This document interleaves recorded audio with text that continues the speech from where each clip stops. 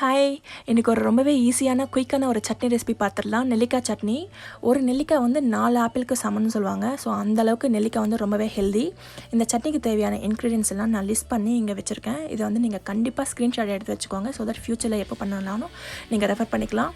இதுக்கு தேவையானது வந்து எள்ளு, உளுத்தம்பருப்பு, உப்பு, புளி, இஞ்சி, தாளிக்க தேவையான கடுகு, உளுத்தம்பருப்பு, சீரகம், காஞ்ச மிளகா, நெல்லிக்காய், தேங்காய், இது எல்லாம் தான். ஸோ இது எல்லாமே வந்து நல்லெண்ணெயில் வதக்கி வச்சுக்கோங்க. தாராளமாகவே ஊற்றிக்கோங்க. நல்லெண்ணெய் பரவாயில்ல, ஹெல்தி தானே. என்னைக்காச்சும் ஒரு நாள் பரவாயில்ல, ரைஸில் கலந்து சாப்பிட்லாம். ஸோ இதுக்கு நல்லெண்ணெய் விட்டுட்டு உளுத்தம்பருப்பு நல்லா வந்து வறுத்து வச்சுக்கோங்க, கோல்டன் ப்ரௌன் வர வரைக்கும் தீய விடாமல். ஸோ உளுத்தம்பருப்பு நல்லா வறுப்பட்டதும் நெல்லிக்காய் அந்த மாதிரி கட் பண்ணி வச்சுருக்கேன் பாருங்கள்.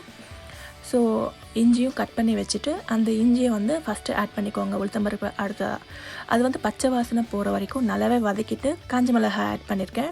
காஞ்ச மிளகாய் ஓரளவுக்கு நல்லாவே வறுப்பட்டதுக்கப்புறம் நெல்லிக்காய் தான். நெல்லிக்காய் வந்து இந்த மாதிரி தின் ஸ்லைசஸாக இது பண்ணிக்கோங்க, சீக்கிரமாக வெந்துடும். ஆட் பண்ணிவிட்டு அதுக்கப்புறம் வந்து இது வதங்கிறதுக்காக உப்பு ஆட் பண்ணிக்கோங்க. ஸோ தட் சீக்கிரமாக வதங்கிறதுக்கு நல்லாவும் இருக்கும், பச்சை வாசனையும் சீக்கிரமாக போயிடும். லிட்டு போட்டு க்ளோஸ் பண்ணிடுங்க.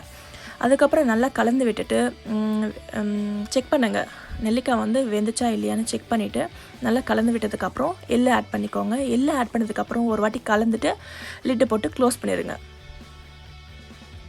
ஸோ மீன்வெயில் பாருங்கள், பக்கத்தில் சாதம் வெந்துட்டுருக்கு. சாதம், ரசம், அப்புறம் வந்து இந்த கருணைக்கிழங்கு பொரியல் தான் அன்றைக்கி எங்களுக்கு லஞ்ச் இந்த சட்னியோடு சேர்த்து. ஸோ இதுக்கப்புறம் புளி ஆட் பண்ணிவிட்டு துருவன தேங்காய் நான் ஃப்ரோசன் தான் ஆட் பண்ணியிருந்தேன். ஆட் பண்ணிவிட்டு ஒரு வாட்டி கலந்து விட்டுட்டு லிட்டு போட்டு க்ளோஸ் பண்ணிவிட்டு ஸ்டவ் ஆஃப் பண்ணிட வேண்டியது தான். ஆஃப் பண்ணிவிட்டு இது நல்லா கூல் டவுன் ஆனதுக்கப்புறம் சால்ட்டும் நீங்கள் செக் பண்ணிக்கலாம். அந்த டைமில் ஆட் பண்ணிவிட்டு நீங்கள் அரைச்சிக்கலாம்.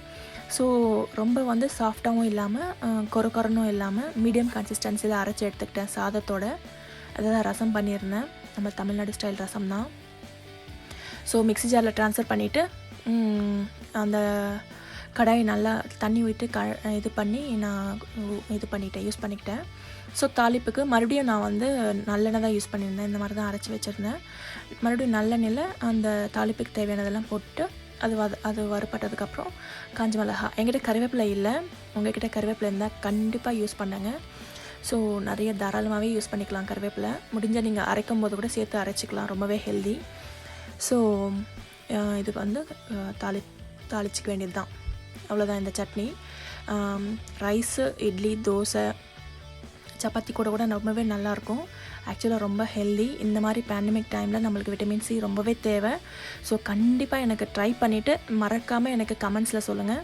அண்ட் ஆல்சோ இந்த வீடியோவை மறக்காமல் உங்கள் ஃப்ரெண்ட்ஸ் அண்ட் நெய்பர்ஸ் கூட ஷேர் பண்ணி சப்ஸ்கிரைப் பண்ணிவிடுங்க இந்த சேனலை. ஓகே, நெக்ஸ்ட் வீடியோவில் பார்க்கலாம். தேங்க்யூ, பாய்.